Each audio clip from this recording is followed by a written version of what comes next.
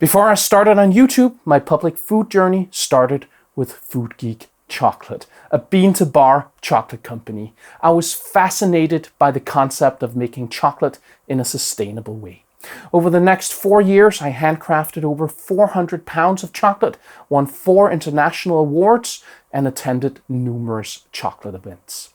I know chocolate. Now, let me dive into my review of MrBeast's Feastable chocolate bars.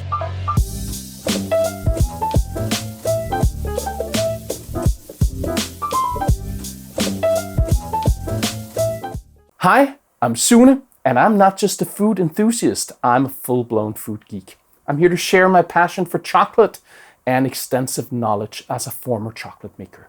The other day, as I was shopping, I saw they had Feastable chocolate bars, and given all the hype, I was surprised to see them in a Danish grocery store. Immediately, I knew I had to taste them. I needed to review them.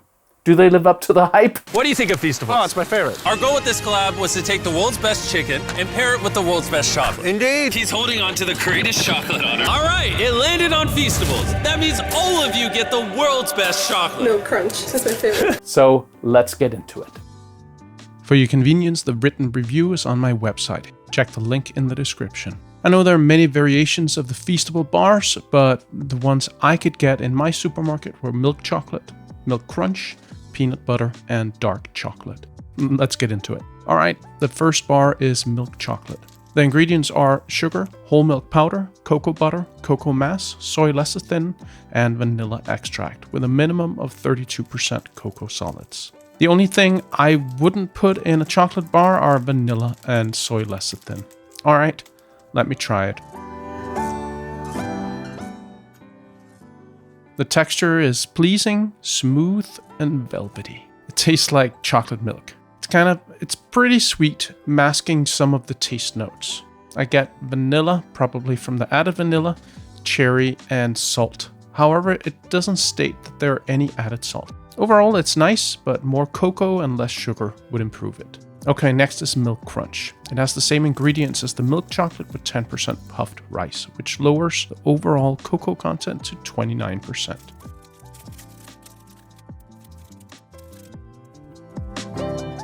Oh wow, these puffed rice are crispy. What is it about crispy that makes it so satisfying? The more bland puffed rice takes down the sweetness a bit, which suits this chocolate.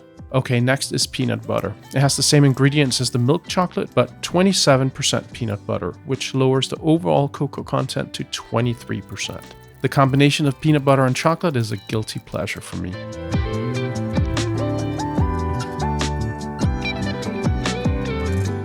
The peanut butter is punchy, obviously roasted peanuts. It's very creamy, but on the sweet side. The combination of peanut butter and chocolate is perfect. Although it is sweet, it works very well here. Okay, the last one is dark chocolate. The ingredients are sugar, cocoa mass, cocoa butter, milk fat, soy lecithin, and vanilla extract, with a minimum of 50% cocoa solids. What is milk fat for? Strange. All right, let's taste.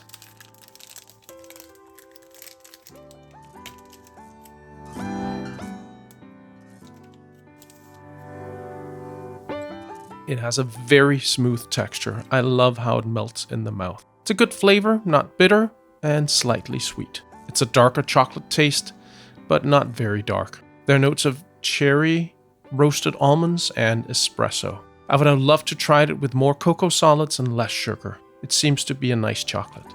Alright, the Feastable chocolate bars that I was able to source are generally good because of their simplicity and clean ingredients. I wonder why they didn't use organic ingredients, and knowing the source and sustainability of the cocoa would have been nice too. The chocolate bars are too sweet in my mouth, and they have a lower cocoa content that I'd prefer, which affects the richness. However, the fact that they're predominantly made with cocoa butter fats and no artificial additives makes them superior to many commercial alternatives, offering a more authentic chocolate experience. Okay, so the overall takeaway is this. Are MrBeast's Feastable chocolate bars the best you can buy?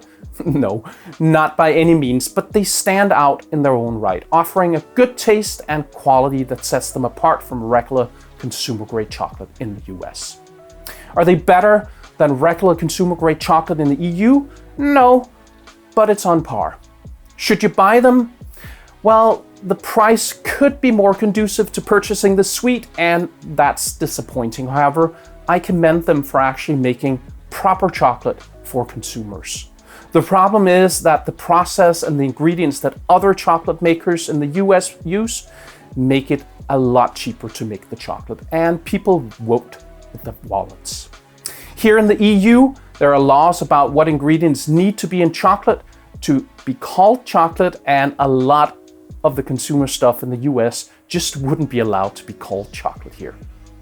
If you're a true chocolate connoisseur, I highly recommend getting a Bean to Bar subscription box. It's a fantastic way to explore the world of chocolate, allowing you to sample different types, producers, and origins of cocoa beans. It's a fun and enlightening experience that's surprisingly affordable. Do note that Bean to Bar chocolate is much more expensive than regular chocolate. The average price of a Bean to Bar chocolate is approximately $7.50 per ounce, compared to regular chocolate, which costs about $1.75 per ounce. Bean to Bar chocolate costs more because it is socially and ecologically sustainable, the smaller batches, the longer production time, and it's often handmade. If you'd like to support the channel, please consider joining my Patreon. You can also buy some merch, use the super thanks, or use the links for tools and ingredients in the description. I hope you learned something today. See you next time.